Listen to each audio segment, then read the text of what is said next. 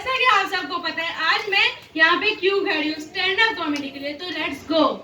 ये असेंबली का कॉन्सेप्ट किसने बनाया? कोई एक फायदा बता दो जो असेंबली से हमें मिलता। इनफैक्ट असेंबली में हर एक वो मसला होता है जो हमारे मुआशरे के साथ होता है। पहला मसला बॉडी शेमिंग। ये किसका आइडिया था कि सबसे छोटे बच्चे को लाइन के आगे लगाना है और उससे लाइन स्टार्ट करनी है? वन क्लास में भी लंबे से लंबा कितना ही लंबा होगा, उसमें से भी छोटा निकाल लेते भाई ये लोग। मैं थी सबसे छोटी वन क्लास में, मुझे लाइन के आगे खड़ा किया गया। मिस ने मुझे ऐसे करके बुलाया, मैंने मिस को देखा, फिर मैंने पीछे देखा, मैंने कहा मैं, कहती आप तुम।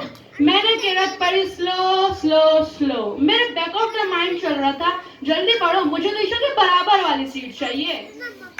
दूसरा मसला, ये पीटी टीचर ऐसे चुकी बन जाते थे असेंबली के टाइम पे और पीछे से बैकग्राउंड म्यूजिक चलाते थे।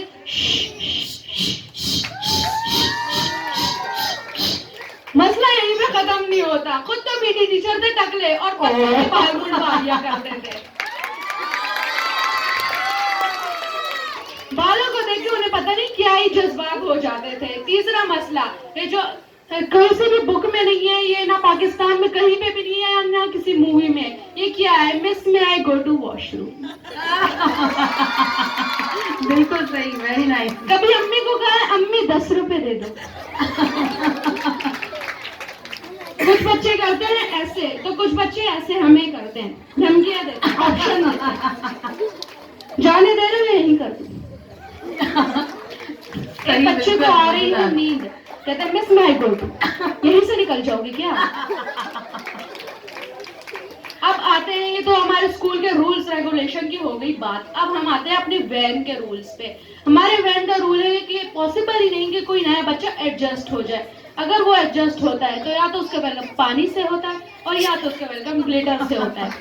ऐसी है, और बैठने तो उसे देते हैं ही नहीं, यही बात है उसकी। बैठने तो उसे देते हैं ही नहीं, क्योंकि फीस तो हम तुम्हारी भरते हैं।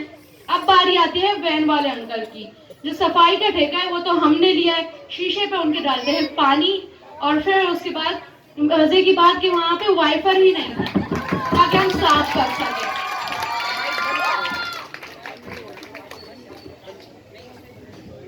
अब जो बारी आती है, एक बच्चा अगर लापरवाही से, अंकल की लापरवाही से छूट जाए स्कूल में, तो हमारा फर्ज है कि हम गैस बंद कर दे पीछे से और उस बच्चे को पिक करें।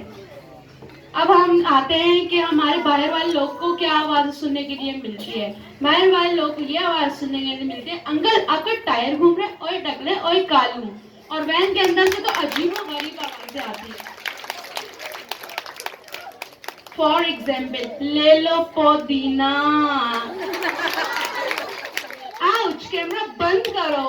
और जैसे कि हो गया ना दिया मेरे बस गो, मेरी सोने सवारी, ठीक है?